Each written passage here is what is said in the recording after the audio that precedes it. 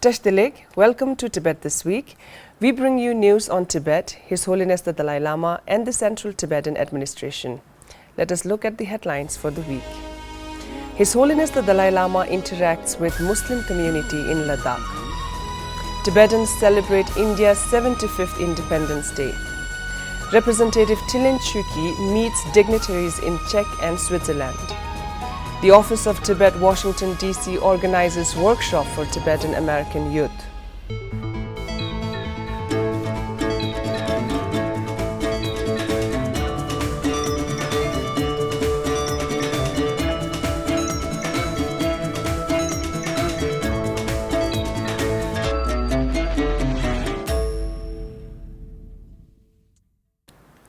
His Holiness the Dalai Lama interacted with the members of Muslim community in Ladakh this week.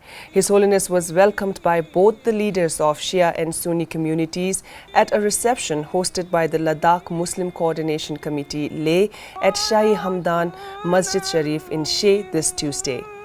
During the interaction, His Holiness recalled the good relations shared by the Buddhist and Muslim communities in Tibet and his friendship with Muslim children during his childhood. My own birthplace area, northeast Tibet, a lot of Muslim families. Since childhood, your daily prayer, I heard. Like that. Then, these Muslim families, they say very fond to me. I think, frankly speaking, I was very small but quite clever. So you see, every the neighbor people loves me. His Holiness emphasized on encouraging warm-heartedness, which is the common purpose of different philosophical points held by various religious traditions. The Himalayan range people, something very special connection with Tibetan culture. Religion is individual matter, but warm-heartedness is for everyone need. So I really appreciate, and the whole Himalayan range people really kept that tradition. I really appreciate. And then religious harmony, very important. Different philosophy, different history, but all carry same message of love. So, harmony among the different religious traditions, very essential.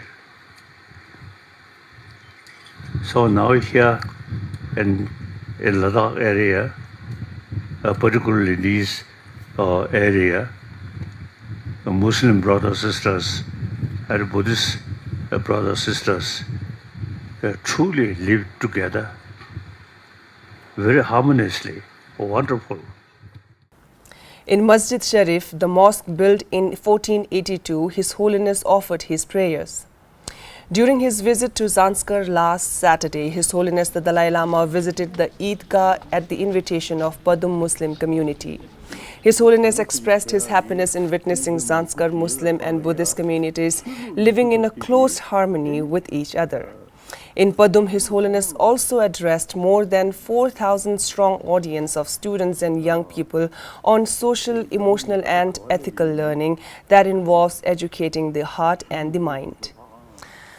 India marked the completion of its 75 years of independence or Azadi Ka Amrit Mahotsav on Monday this week. Tibetans across the country, led by the Central Tibetan Administration, celebrated the occasion with gratitude to the generosity of the host country and its people. The Central Tibetan Administration hoisted the Indian national flag in front of its Kashak building that morning. During a celebration event at the Central Tibetan Administration's Tibetan Institute of Performing Arts in Dharamshala, Sikyong Pempa Tsering remembered the martyrs of India who fought against its colonizers for freedom and lauded the colossal developments in India following its independence under different leaders. The chief guest at the event was Sri Kishan Kapoor, a member of parliament from Kangra Chamba, and other local Indian administrators and the regional members of Indo-Tibetan Friendship Association. Tibetans in Canberra, Australia celebrated the occasion with the presence of Representative Karma Singhe of the Office of Tibet in Australia.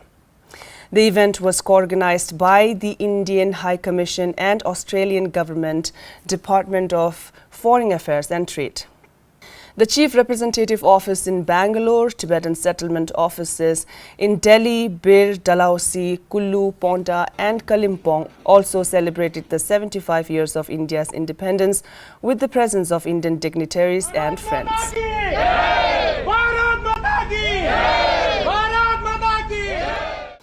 Representative Chukki of the Office of Tibet Geneva, accompanied by Kandin Tsomo, UN advocacy officer, made their 4-day maiden visit to Prague, Czech Republic. Representative Chukki was received by Honorable Yiri Oberpfalzer, Vice President of Senate, in the Senate and met with the Chairman of the Senate Friends of Tibet Group and the Vice President of Czech Senate. She also took part in a meeting with the members of Senate Group for Tibet. The senators echoed their continued support to Tibet and the Tibetan people during the meeting. Representative Chukki also met with the Deputy Minister of Foreign Affairs, Deputy Minister of Ministry of Culture, former Minister of Culture and Foreign Policy Advisor, Press Secretary for the Office of Speaker, the Chairman of the Pirates Group, Assembly Member from City of Prague, and former Deputy Prime Minister from the Chamber of Deputies, where the representative thanked the ministers and the dignitaries for the meeting and extended Tibetan people's gratitude to Czech Republic for long friendship and solidarity for Tibet. Representative Chukki also paid a courtesy call to the State Secretary for Migration of Switzerland, Christine Schreiner-Burgener, this week and raised the challenging situation of the Tibetans without paper in Switzerland. The Office of Tibet Washington, D.C., in collaboration with the Tibet Fund, organized a 4-day 2022 workshop on secular ethics and youth leadership at the Garrison Institute on Thursday last week. Representative Namgyel Churup spoke on the topic of connecting the Central Tibetan Administration and the Tibetan youngsters in exploring ways in which Tibetan professionals could engage more effectively with the Tibetan cause. Facilitated by Emory University's C Learning Program Coordinator Tsunju Sampel and Dr. Tenzin Sonam, the workshop introduced the participants to the concept of compassion and interdependence and the cultivation of inner well-being and resilience skills. The sessions were interspersed with activities including group projects and outdoor activities to provide more hands-on training for developing inner values and skills. Over 80 students from 38 different universities and 15 high schools participated in the workshop. That is all for this week's episode of Tibet This Week. See you in the next episode. Have a good weekend.